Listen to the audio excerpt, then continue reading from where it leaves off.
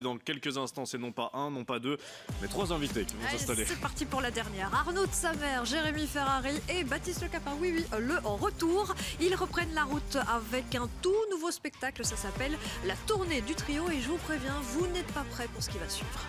Et voilà, ce trio, il sera avec nous dans un instant dans Bonsoir le Prime. À tout de suite.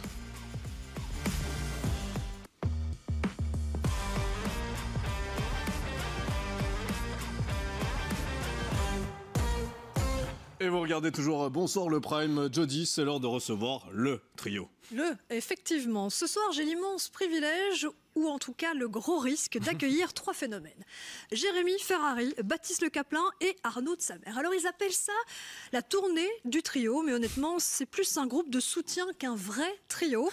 Ils ont décidé qu'il était temps de bosser vraiment après 12 ans de vraie arnaque. D'abord, il y a Jérémy Ferrari, l'homme qui vous brise autant les côtes en rigolant que les bras sur un tatami. Oui, Jérémy, c'est l'homme qui transforme tout, même le jiu-jitsu, en combat verbal. Alors, avec lui, soit vous riez, soit vous abandonnez sur KO. Ensuite, il y a Baptiste Le Capin, notre coureur de fond au grand cœur, humoriste sprinter, mais oui, on l'aime, on le sait déjà. Il court tout le temps, sur scène, dans la rue, toujours en mouvement. Il court d'ailleurs même après ses idées, mais bizarrement jamais assez vite pour éviter les punchlines de Jérémy. Mais dans le trio, c'est la mitraillette à vanne. Enfin, Arnaud de Samer. Arnaud de Samer, c'est le génie de l'absurde et surtout des toilettes. Oui, le seul humoriste a considéré une brosse pour toilette comme son coéquipier pour une tournée. Dès que vous quittez sa maison, oui, il passe plus de temps à nettoyer vos traces qu'un mécano après un Grand Prix. Ce mec est à l'hygiène, ce que Jérémy est à l'agressivité. Un champion. Bref, un spectacle écrit à trois, mais qui risque encore de finir en règlement de compte. Allez, installez-vous et priez pour qu'Arnaud ne sorte pas sa brosse ce soir. Oh, bravo! Vous l'avez dit ou pas? Je vous l'avais dit ou pas? C'est important. Est-ce que ça vous va le portrait à chacun? Après 23 ans de carrière, vraiment, c'est... Je suis désolé de vous avoir limité à la brosse à toilette. Laissez cet héritage-là, c'est magnifique. Elle t'a percé à jour. C'est vrai que je ne connaissais pas cette anecdote, donc je vous découvre un peu plus. Non, mais c'est une vraie anecdote. On travaille souvent chez moi et ça me rend dingue qu'ils aillent faire pipi. Et puis en plus, je les entends faire pipi dans mes toilettes et je vois les gouttes de pipi éclater. Enfin, il les imagine, hein. Ils sont dans les toilettes avec nous. Tout est transparent. Et donc ils sont à peine partis que je nettoie mes toilettes. Le pire, c'est que je fais exprès de pas viser l'eau pour pas qu'il entende. Je sais que quand il entend le... Du coup, il a raison de nettoyer, alors. Mais non, mais je vise l'endroit. Donc ça va, je peux bien viser. De toute façon, on va pas rester. Non, on va pas rester pipi. Je suis complètement stressé. J'ai laissé mon téléphone portable s'il y a une attachée de presse qui m'entend. Si on peut faire en sorte qu'on ne me vole pas. Non, pas je le veux, mais qu'on ne me le vole pas parce que je sais qu'on est dans un quartier belge qui est très mal famé. Merci. Mais tu l'as pas laissé dans la rue? Non, mais je l'ai là. Vous avez des collègues qui ont l'air patibulaires. Sur la rue. Est-ce que vous avez encore une anecdote sur les toilettes d'Arnaud de Samer? Moi personnellement, j'ai fini. On passe du coup à ce. On aime bien travailler chez Arnaud parce que c'est très propre. Oui, ça a l'air du coup. C'est vrai. Non, c'est très sympa. Ça sent la propreté, la solitude. Une fois, il a fait son sport, il a voulu se doucher chez moi. C'était une belle épreuve pour moi. J'ai dit ouais, mais bien sûr, j'ai fait le mec très détendu, mais j'étais hyper angoissé. Tu me suis douché finalement? Oui, tu t'es douché. Ouais. Et ça a été, c'était pas trop le bordel? Je l'ai mis dans la douche de mon fils et ça a été. Je suis désolé. Non, j'ai désinfecté, t'inquiète. Bon, on va parler de ce tout nouveau spectacle. Il y a du montage sur cette émission. Non, vous n'avez pas pas tout regardé là. C'est pas grave, c'est une belle intro. J'aime bien, c'est la tournée du trio. On est en direct là? Oui. Si, on est en direct. Oui. Ah bon? Oui, c'est génial. Bonjour. Et donc il y a. C'est la simplicité, c'est ça, on réagit, on est là. C'est très bien. C'est la magie du direct. Il y a plusieurs dates de ce spectacle que je donnerai en fin d'interview. Il reste une date où ce n'est pas complet. Alors, en lisant les interviews, on parle de vous comme le trio de choc, le trio le plus alléchant du 21e siècle, les Avengers de l'humour, les Riri, Fifi et Loulou, les vieilles canailles. On préfère quoi au final? Alors déjà, personne ne dit ça. C'est pas possible. Alors Riri, Fifi et Loulou, tout ça vient je l'ai entendu. Non, je préférais qu'on dise on est les Tortues Ninja sans Donatello. Parce que Donatello, il a un bâton. Oui, c'est vrai. Ils ont tous des armes blanches et lui, il a un bâton. Ou alors une tortue ninja avec une brosse à chiottes. Ah oui. Pardon, je suis vraiment désolée. Pardon. Ouais. J'ai pas vu les Tortues Ninja. J'ai pas vu le Seigneur des Anneaux. J'ai pas vu les Tortues Ninja. J'ai pas vu Harry Potter. T'as pas vu Harry Potter? Non. Ah, et ça, Vous n'avez pas vu le Seigneur des Anneaux ni Harry Potter? Non. Ok. Et t'as pas vu des toilettes publiques non plus? Bon, bah, on va continuer avec Jérémy Ferrari et Baptiste Le Caplin. Je le disais, vous êtes de retour avec un tout nouveau spectacle et vous le dites, cette fois c'est promis, ce n'est pas de l'arnaque. Non, mais parce que mais non, c'est Baptiste qui a sorti ça une fois. C'est Arnaud. C'est Arnaud qui a sorti ça une fois dans une interview parce que, en fait, c'était pour faire un bon mot. Le premier spectacle qu'on a fait à 3 il y a 10-15 ans, on faisait chacun 1 heure de notre spectacle et on avait fait des petits intersketchs. Donc Arnaud disait, c'est un peu une arnaque parce que c'était pas 2 heures de contenu original. Puis après, vous connaissez cette époque, tout est repris jusqu'à arriver ici en direct avec quelqu'un qui est mal coiffé, comme l'a dit Christian Clavier la semaine dernière. Donc je vais faire une Britney Spears. Donc là, on a des sketchs totalement inédits. Voilà, là on a 2 heures d'inédit, ce qui change un petit peu. C'est vrai, c'est très beau. C'est créatif et c'est très beau et c'est très audacieux et courageux. Mais, si vous permettez, on va peut-être revoir une vidéo d'il y a 10 ans. Avec moi, il n'y avait pas de travail. Forcément des coiffures différentes aussi chez vous. Ah, moi, il n'y avait pas de travail. Mais t'as eu les droits? Ouais.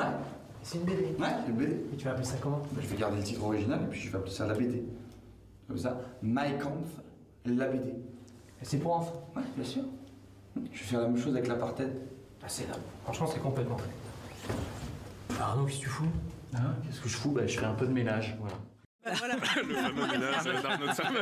Mais ça finissait dans les chiffres. Dans les toilettes. Putain, c'est vrai que ça finissait dans les toilettes. Non mais tout est. Ouais, tout ça a été écrit. C'était il y a plus de 10 ans. C'était il y a Ah ouais, il y a 15 ans. C'était au Best Western de Limoges. Ah, sympa. Oui, c'est Je vous vrai. le dis, les petites tips. Et du coup, qu'est-ce qui a changé à part les coiffures? Jérémy a arrêté de boire. Ouais. Donc ça, non mais mine de rien, c'est pas un détail. C'est pas un détail puisqu'il a pris en main aussi sa destinée professionnelle en créant la production qui produit aujourd'hui la tournée du trio et c'est un petit peu lui aussi qui a initié la chose, l'idée.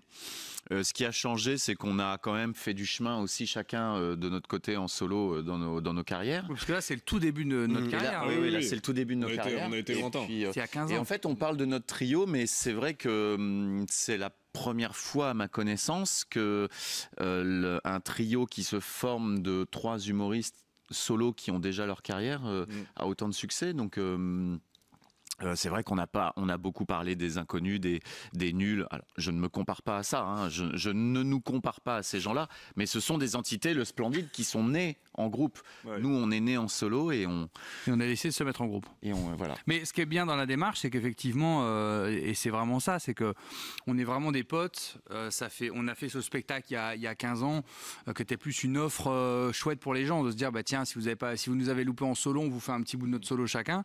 Et puis après, on s'est mis à refaire des sketchs à la télévision. Et puis on s'est rappelé d'à quel point c'était génial quand on écrivait tous les 3 à vivre. Nous, on s'éclate, on fait que rire en fait tout le temps. Comment vous travaillez tous les 3? Alors c'est assez. Chacun a son rôle. On va chez Arnaud, on enlève nos chaussures. Ensuite Arnaud il se met dans sa place, il déplie son ordinateur. Jérémy il parle business, de ses angoisses. Et après on dit mais calme-toi, ça va bien se passer. Il dit oui mais quand même, bon j'ai enterré un corps. Bon bref voilà. Et après on commence à faire plein de blagues et on détend tout le monde et Arnaud il note plein de trucs. Est-ce qu'il y en a un qui lead plus qu'un autre? Comment ça se passe? C'est les rires des 3. Non franchement il n'y a aucune vanne qui passe sans que les 3 soient d'accord. Ça c'est vraiment ça c'est obligatoire. Il y a même des fois on est frustré, hein. Des fois il y en a 2. Vous savez ce que c'est que David Copperfield qui a l'appendicite? On va le savoir tout de suite. Non, dites-nous. C'est la magie qui s'opère.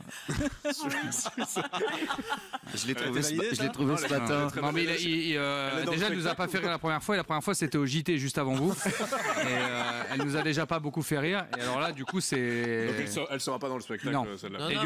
Non mais elle va nous suivre toute la journée en Belgique. C'est pas forcément une bonne nouvelle. Vous allez la faire à chaque interview quoi. Non j'espère que non parce que moi je suis très prom dog quand je dis que ça me fait pas rire, je suis très prom dog. Hein. Ça il est très énervé. Alors là par contre typiquement ça peut commencer à me faire rire. Si lui est mort de rire et que Jérémy est très énervé, je vais regarder l'énervement et le jouet, je vais faire. C'est un peu marrant quand même. Si on l'amène différemment, et là ça va l'énerver. Justement, comment on se met d'accord sur une vanne s'il y en a un qui a un humour un peu différent de l'autre? Non, il y en a un qui décide, il y a un arbitre. Il y en a un qui sort une vanne, si les 2 rient, alors c'est validé. Vous perdez du temps, non? Quand aussi même, simple que ça. À 3 ou pas? Parce qu'on on rebondit beaucoup les uns sur les autres. Non, mais on peut bloquer sur une blague, mais le challenge est excité. Moi, ça m'excite beaucoup quand on bloque sur un truc. C'est très rare qu'on se dise bon allez on passe à autre chose. On fait jamais ça d'ailleurs. Non, on n'a jamais fait ça. Non, que ce soit. Moi j'ai eu la chance de travailler avec Jérémy sur mon spectacle solo. C'est un homme et Baptiste est pareil. On n'entend jamais passons à autre chose, on verra plus tard. Non, on peut passer. Et donc il y a un peu de chacun d'entre vous pour répondre à la promesse. Oui, non, bien sûr. Ouais, mais en plus ça se mélange parce que bon, évidemment si on est un peu caricatural, on va dire que Arnaud c'est l'absurde, Baptiste c'est l'humour d'observation et moi c'est l'humour noir. Mais en réalité, c'est le producteur. En réalité c'est pas si simple parce que Arnaud peut très bien avoir une vanne d'humour noir, Baptiste en saurait aussi énormément. Moi je peux très bien avoir une vanne d'absurde. Je peux être un peu caustique. Ah oui. Je parais pas comme ça avec ces bouclettes là, mais je peux. Attention. Baptiste, il est très fort dans tout type d'humour. Est-ce que vous mettez des limites parfois justement sur vos blagues? Non, absolument pas. Zéro limite. Jamais. Zéro. Non. Et encore moins dans le spectacle qu'on vient d'écrire. Oui, alors moi, c'est vrai que j'avais. Surtout pas dans celui-là. On s'excuse d'avance. Il y a des trucs qu'on fait plus, non? Parce que rien que la vidéo qu'on a passée, alors nous on était morts de rire. Aujourd'hui, c'est un peu plus chaud, non? Vous venez de la dire. Elle est sur YouTube à l'heure actuelle. Non, mais en spectacle encore aujourd'hui, il n'y a pas de limite où on se dit quand même. Non, il n'y a pas de limite. Je me suis pas assagi depuis 15 ans. Les derniers spectacles, les derniers sketchs récemment diffusés à la télévision le prouvent. Je crois que. Je vais dire quelque chose qui est pas très modeste, mais que je pense très sincèrement, c'est que il y a aucune limite dans la provocation, pardon, cherchez le mot, à partir du moment où c'est drôle et que ça fait rire les gens. Jérém, il dit des trucs horribles depuis des années, mais parce que c'est drôle, tout simplement. Ça passe parce que c'est drôle. Mais à partir du moment, en fait, on fait un métier très binaire. Ça fait rire ou ça ne fait pas rire. À partir du moment où ça ne fait pas rire, les gens vont commencer à s'intéresser à ce qu'il y a dans le fond. Et en France, il y a des animateurs télé qui se sont fait virer pour des blagues. Oui, il a fait une blague misogyne, il s'est fait virer pour ça. Non, il s'est pas fait virer pour ça. Il s'est fait virer parce que c'était pas drôle, tout simplement. Et que le contenu, en plus, était dérangeant. Mais si tout le monde avait été mort de rire suite à cette vanne, même pas. Aujourd'hui. Mais bien sûr, et même pas on en parlait. Lui, il est toujours là parce qu'il est drôle. Non, mais après, on peut lancer un grand débat sur la liberté d'expression, la censure, etc. Moi, pour résumer très clairement ce que je pense là-dessus, c'est que la censure, elle a toujours existé à toutes les époques. Cette fameuse époque où on nous dit que Coluche était libre de dire tout ce qu'il voulait, pas du tout. Coluche s'est fait virer d'Europe 1, il s'est fait virer d'RMC. Renaud avait ses chansons censurées à la radio. Donc la censure, elle a toujours existé, même à cette soi-disant de belle époque que tout le monde fantasme, qui n'a en réellement jamais existé. Si les artistes étaient encore là pour le dire, enfin Renaud, il est plus ou moins là, mais plus ou moins. Il va pas de la cuillère. Non, mais c'est donc ce que je veux dire, c'est que moi personnellement, ça fait 15 ans que j'ai toujours pu dire absolument tout ce que je voulais. Et pour l'instant, je touche du bois, j'ai pas eu de problème. Je pourrais peut-être en avoir un jour. Peut-être qu'un jour, je dirais un truc qui était plus provoque que drôle, et puis c'est pas grave. Ça sera juste un humoriste qui a pu faire une mauvaise vanne, et ça sera pas un drame. Je veux dire, l'important, c'est le fond. Tout le monde sait, que ce soit moi, Arnaud, Baptiste, ou quand on est tous les trois, ou moi en solo, qu'il n'y a aucune méchanceté, qu'il n'y a que de la bienveillance, et puis surtout, encore une fois, de la dénonciation. Et je vais finir là-dessus, mais c'est important de le rappeler, c'est qu'un humoriste qui parle d'un sujet qui va traiter le racisme, la misogynie, l'homophobie, l'antisémitisme ou quoi que ce soit d'autre, si on parle de ces sujets, c'est parce qu'on y est sensible et qu'on a envie de dénoncer. Après, nous, on fait de l'humour. Donc, notre forme d'art, c'est de dénoncer, c'est de caricaturer ou c'est de se moquer. C'est notre manière à nous de porter de l'intérêt sur le sujet, de dénoncer. Si tu es un chanteur et que tu fais des chansons tristes, c'est plus facile parce que tu vas prendre un sujet triste puis tu vas dire que c'est très triste. Là, personne ne peut ne pas être d'accord avec toi. Nous, on a une forme d'expression qui demande un petit peu de recul, un petit peu plus de réflexion.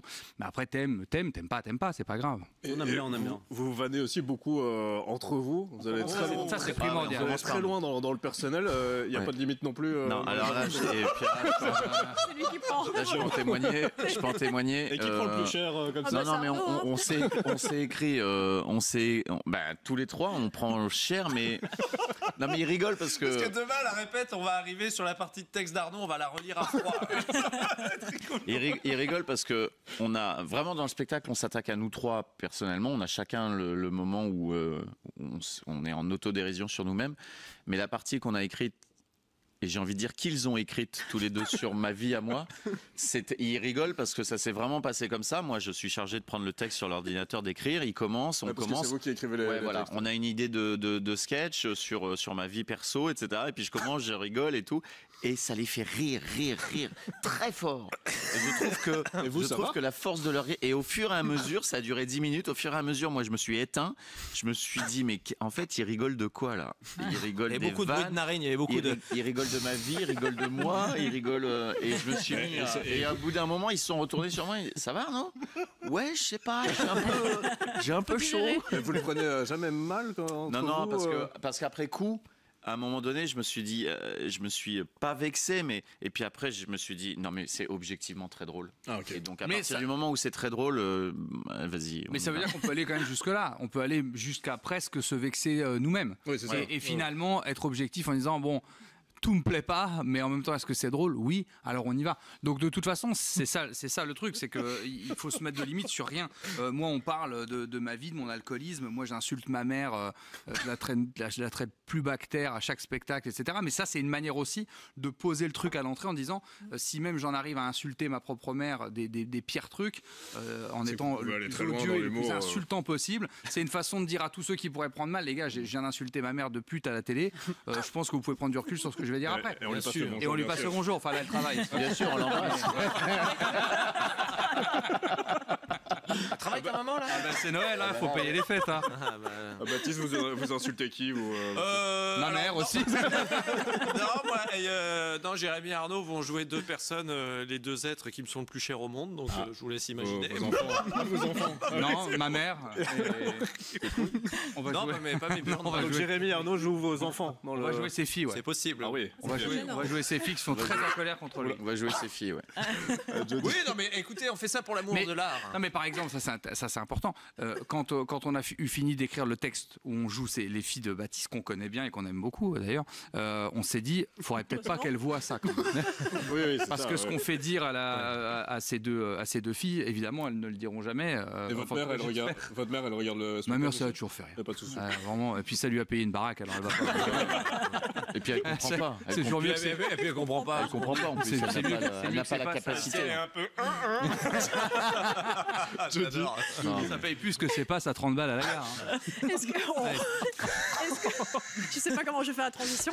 Est-ce que vous êtes enfin tombé d'accord sur le timing de la durée de votre parce qu'il paraît que c'est un sujet de ça a été un sacerdoce. C'est absolument pas un sujet, c'est ce qu'on appelle un faux sujet. C'est-à-dire qu'on a toujours Comment ça, c'est un faux sujet? On a toujours été d'accord pour dire. On a toujours été d'accord pour dire on fait pas plus de 2 heures. Oui. À partir du moment où on a toujours été d'accord, Baptiste n'a pas arrêté de nous dire il faut pas dépasser 2 heures. Soit qu'on a toujours répondu bah oui on s'est mis d'accord sur le fait que je fais pas plus de 2 heures. Oui, mais votre spectacle. Faut pas dépasser 3 bouteilles, Jérémy. Je disais faut pas dépasser 3 bouteilles, Jérémy. Je disais il y a 12 ans. On a écrit